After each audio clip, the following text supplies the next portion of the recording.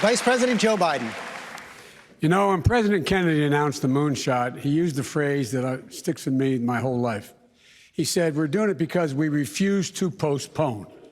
Well, I refuse to postpone one more minute, spending billions of dollars on curing cancer, Alzheimer's, and other diseases, which if we invest in them, we can find cures. I refuse to postpone giving every single child in America, no matter their zip code, pre-K all the way through high school and beyond. I refuse to postpone any longer taking on climate change and leading the world in taking on climate change. Look, this is the United States of America. There's never been a single solitary time when we've set our mind to something we've been unable to do it. We're walking around with our heads down like, woe is me. We're the best equipped nation in the world to take this on. It's no longer time to postpone. We should get moving. There's enormous, enormous opportunities once we get rid of Donald Trump. Candidates, thank you. Several of you said you are more united than divided, and that is certainly true. All of you agree on one big thing, the goal of defeating President Trump, driving the country in a new direction.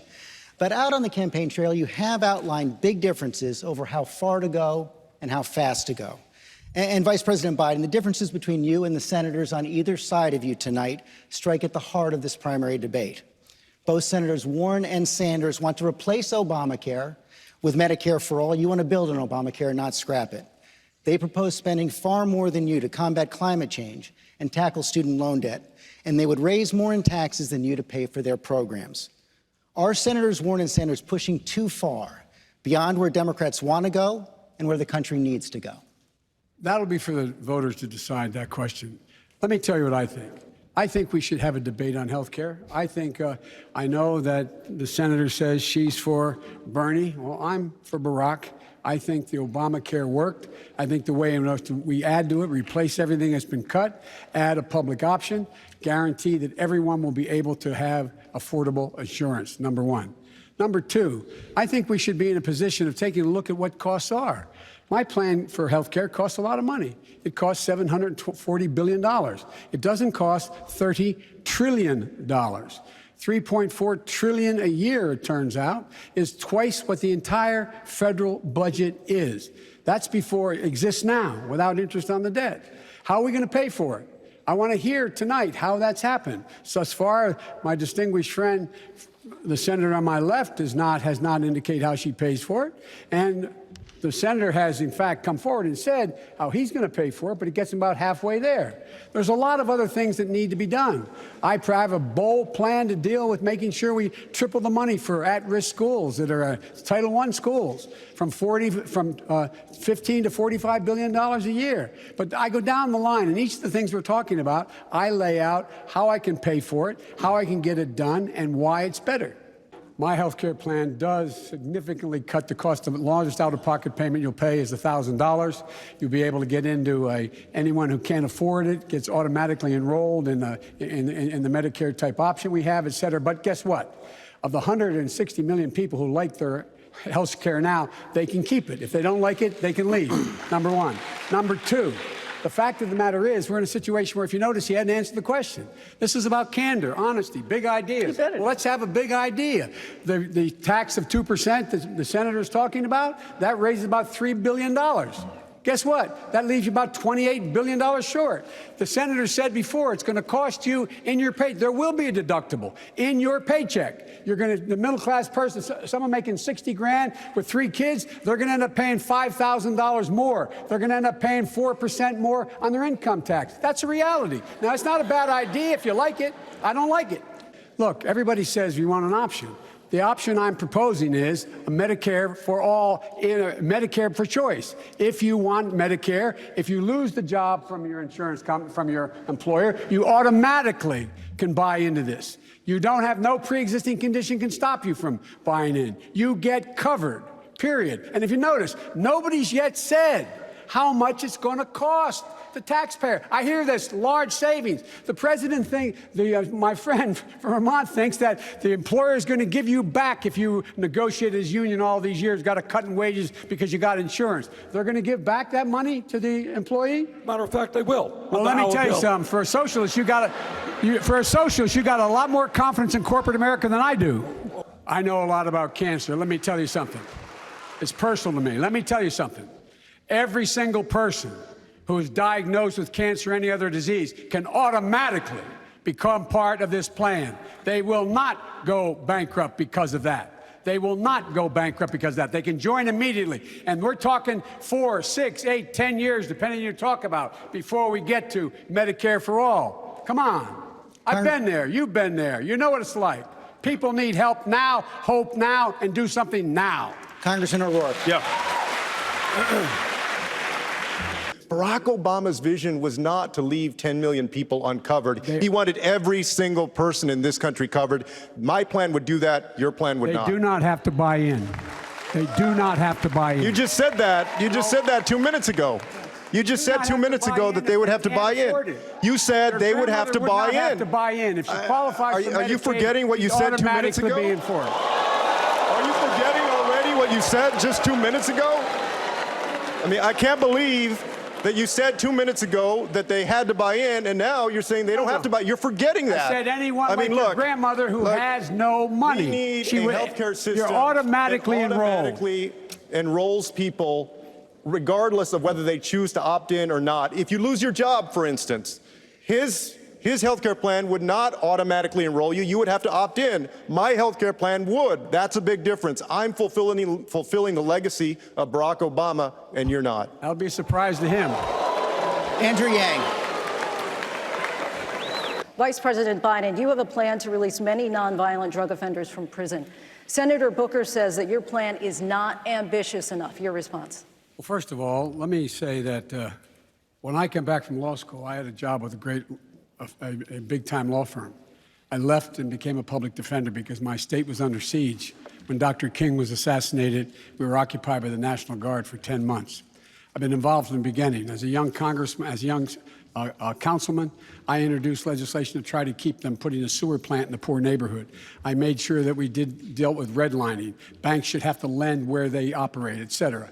The fact of the matter is that what's happened is that we're in a situation now where there are so many people who are in jail and shouldn't be in jail. The whole means by which this should change is the whole model has to change. We should be talking about rehabilitation. Nobody should be in jail for a nonviolent crime. As when we were in the White House, we released 36,000 people from the federal prison system. Nobody should be in jail for a drug problem. They should be going directly to a rehabilitation. We build more rehabilitation centers, not prisons. I'm the guy that put in the drug courts to divert people from the criminal justice system. And so we have to change the whole way we look at this. And we put people in prison, we have to equip them when they get out. Nobody who got in prison for marijuana, for example, immediately upon being released, they shouldn't be in there that should be a misdemeanor. They should be out and their record should be expunged. Every single right should be returned. When you finish your term in prison, you should be able not only vote, but have access to Pell Grants, have access to be able to get housing, have access to be able to move along the way. I've laid out a detailed plan along those lines. And the fact is we've learned so much more. Thank you, Mr. Vice President.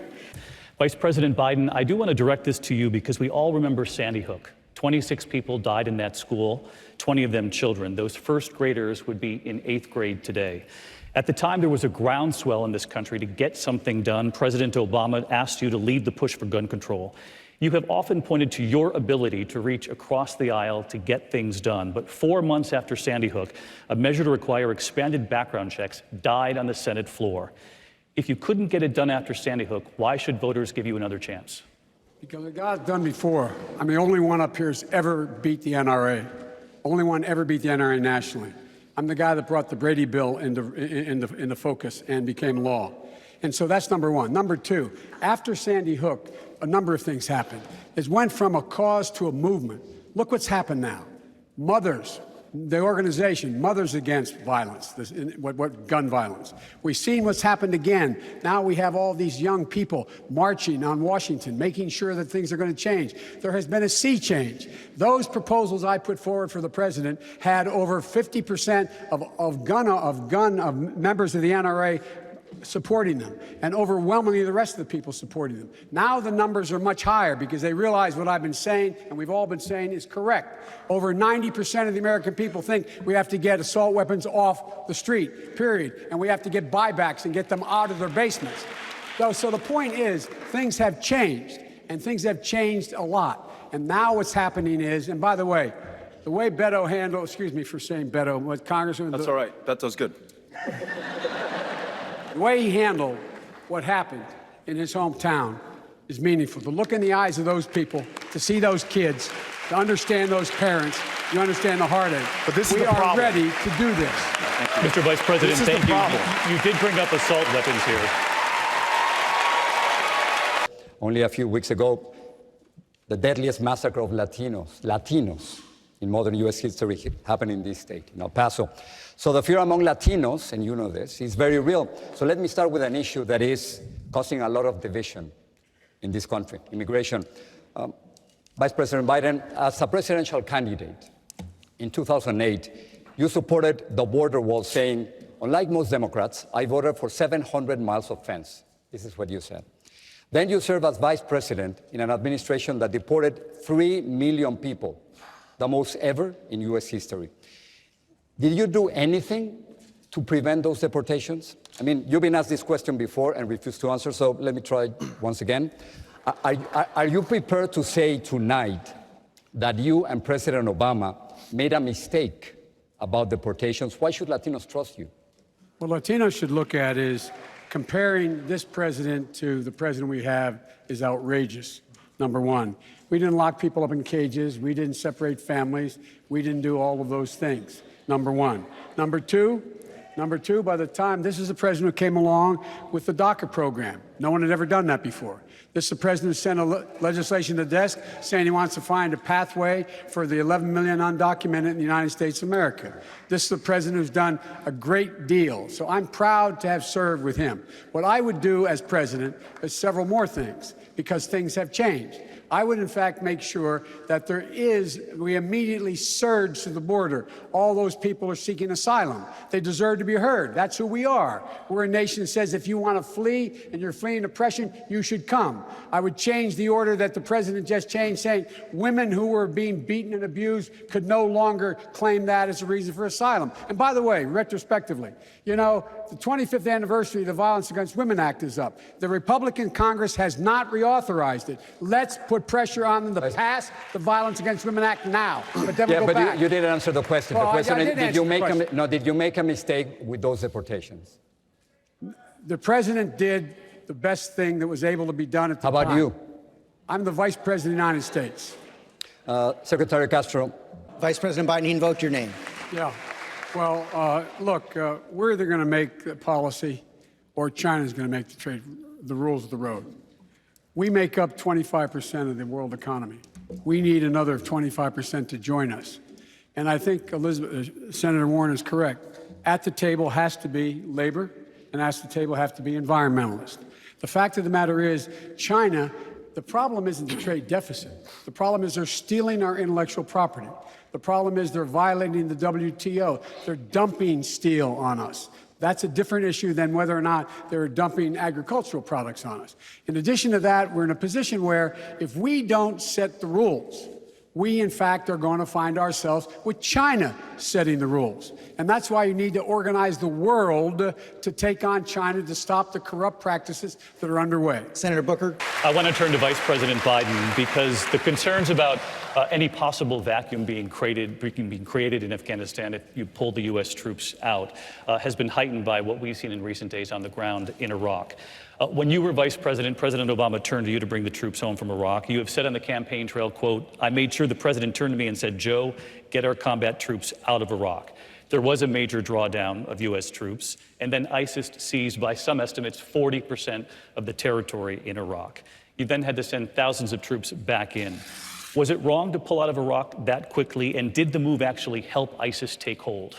No, it wasn't wrong to pull up. I want to answer an Afghanistan question. I've been in and out of Afghanistan, not with a gun, and I admire my friend for his service. But I've been out of Afghanistan, I think, more than anybody on this, and it's an open secret.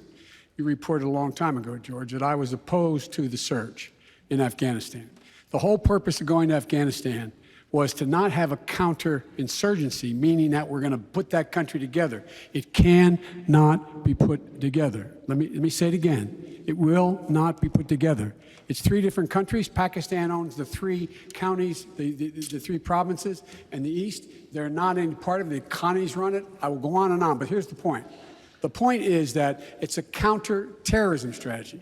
We can prevent the United States from being the victim of terror coming out of Afghanistan by providing for bases, and insist that Pakistanis provide bases for us to airlift from and to move against what we know. We don't need those troops there. I would bring them home. And Joe Dunford's a fine guy, but this has been an internal argument we've had for 8 years. With regard to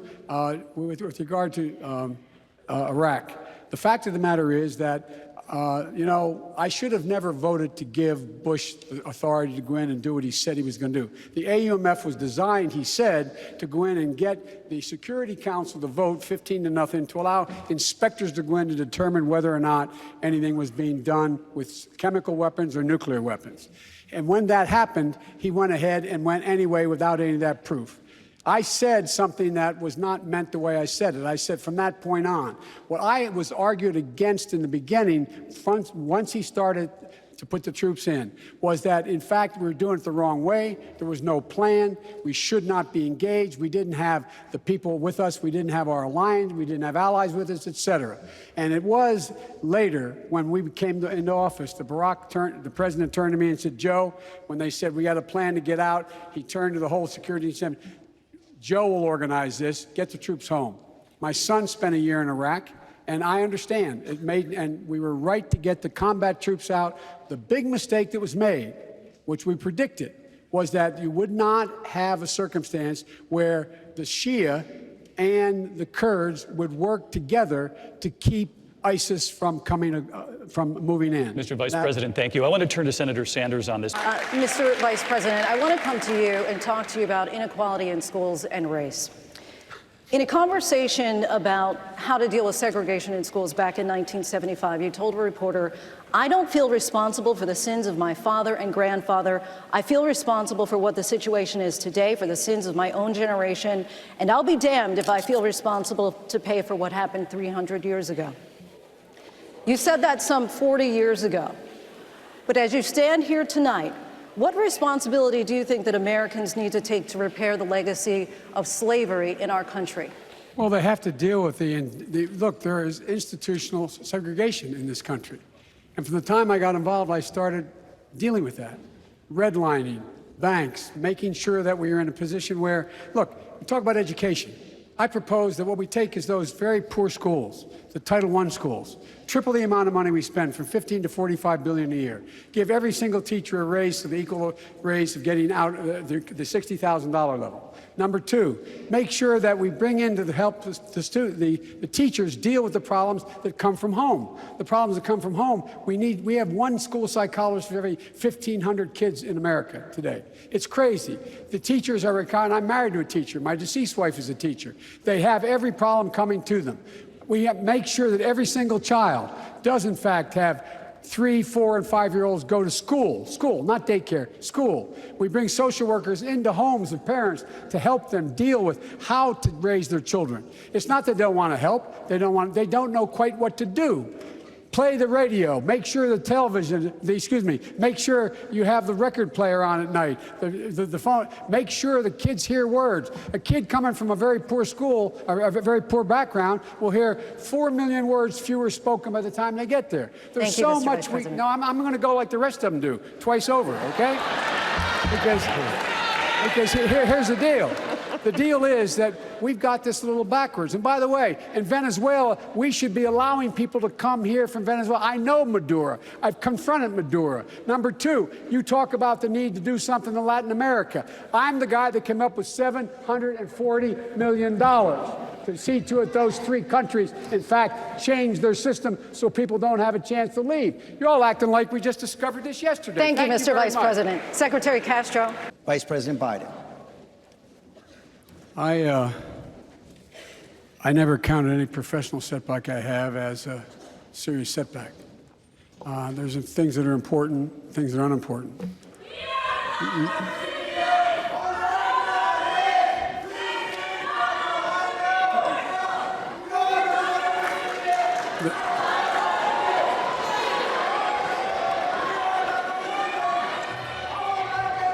We're going to clear the protesters now. Just 1 minute.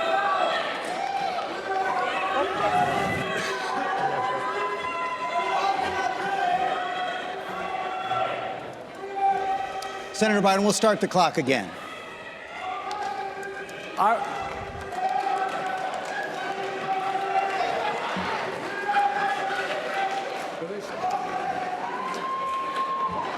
I'm sorry. We're sorry. Go ahead.